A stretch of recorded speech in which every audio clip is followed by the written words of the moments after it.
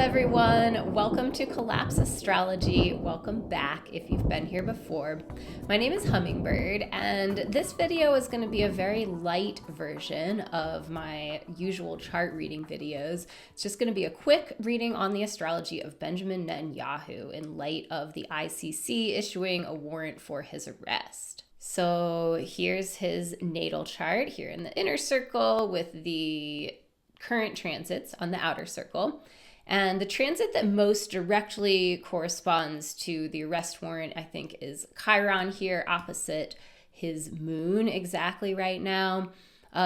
Zooming out, he's got a lot of activation in general on this Aries Libra axis. He's had the South Node transiting all of his very public Libra placements for the past year, and then Chiron has been slowly working its way through an opposition to them, all those public Libra placements, since about 2020. So Chiron opposite his moon looks like a public embarrassment, a pariah-like energy, and then mostly in 2026, Chiron will oppose his sun.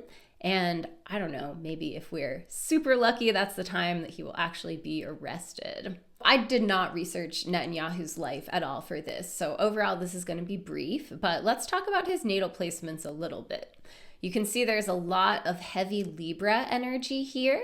In addition to these 5 placements, there are at least two asteroids that he also has in Libra, and he's got the sun, the moon, the south node, Neptune, and Mercury all here.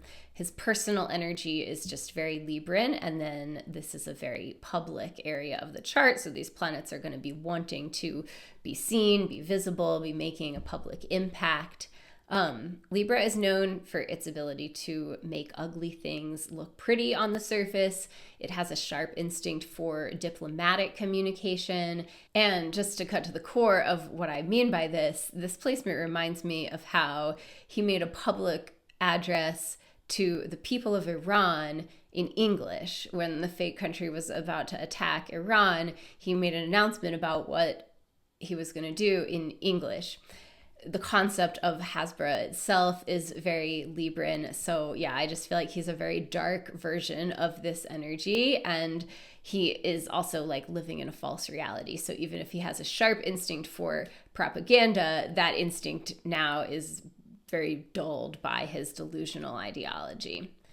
The South Node is here natally, saying all of this is karmic. There are echoes of his past lives and what he's doing with this energy in this life. And Neptune is here casting a haze over everything, making it really hard to read his true intentions. And with all of these Libra placements, I think in some ways he doesn't know his true intentions either. Libra is notoriously indecisive, notoriously wanting to appeal to others and finding it hard to like really center in itself and its own wants and needs and identity. And now, okay, I know that what I'm describing doesn't sound like Netanyahu's temperament, given that he is a genocidal psychopath. None of this Libra makes sense without also knowing about his Mars and Pluto and Leo in the 9th house, which I think speaks to the narcissistic eschatology that he and other Z's embrace. And we'll get to that placement in just a minute. But the Libra is how he plays his politics. Mars and Pluto make him extremely power hungry. The Libra seems like the tools that he uses to get and maintain power. Real quick, I also did want to mention Venus conjunct Chiron on his ascendant in Sagittarius. This Venus is another placement that does make him a very relationally oriented person. Sagittarius has a shadow side of fundamentalism and zealotry, and that obviously is a central part of his persona. But I also imagine this placement makes him very personable in real life, at least if you were meeting him and didn't know that he was a genocidal psychopath. Like, he's probably charming and kind of loud and the kind of person that makes everyone feel special. But Chiron, right on the cusp here, and technically in the 12th house, also looks like a psychic weakness. It's like a wound right at the edge of his energy field that makes him very susceptible to possession and corruption and other, energies that are looking for hosts that might be trying to get in.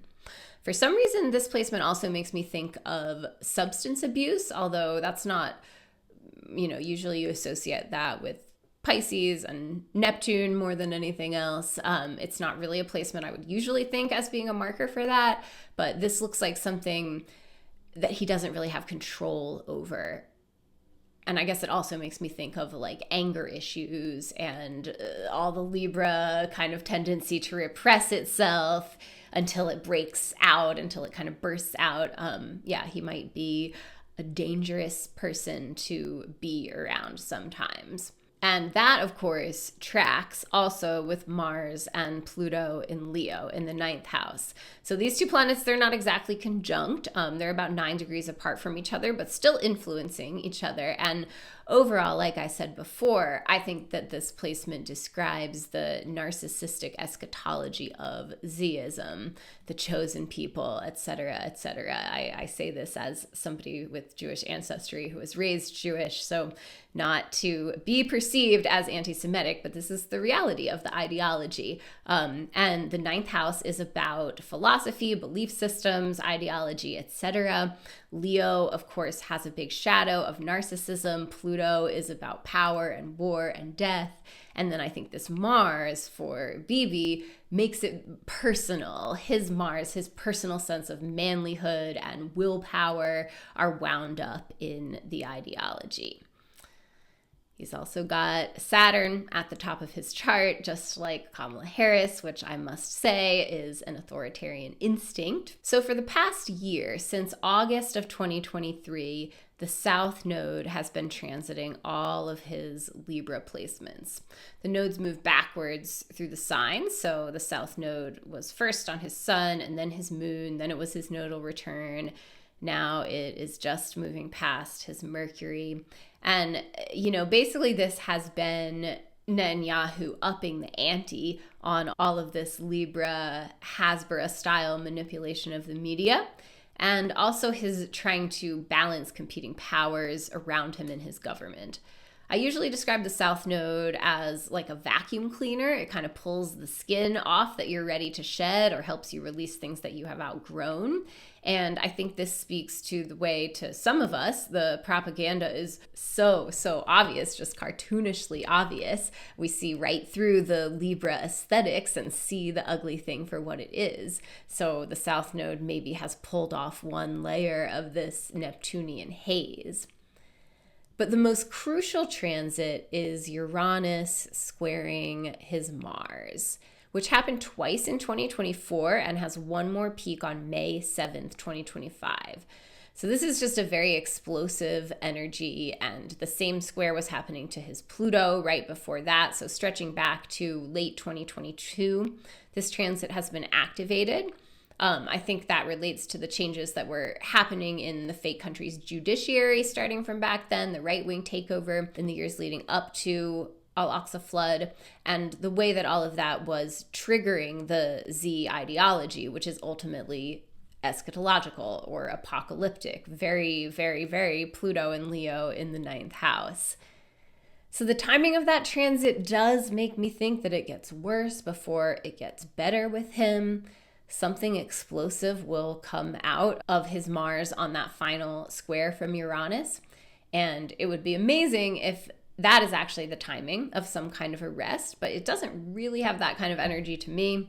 Chiron opposite the Sun happening 2026 to 2027, that makes a lot more sense as being the time of his downfall. Obviously, that is way too long of a timeline. I wish it weren't, and I hope I'm wrong, but at least we have these arrest warrants. That's a big step, and the aspects do say that this is embarrassing for him.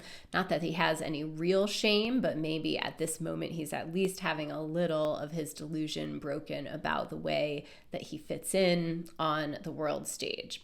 I don't know. We will see. So that's it, short and sweet, or more like quick and dirty, because this dude is definitely a dirtbag.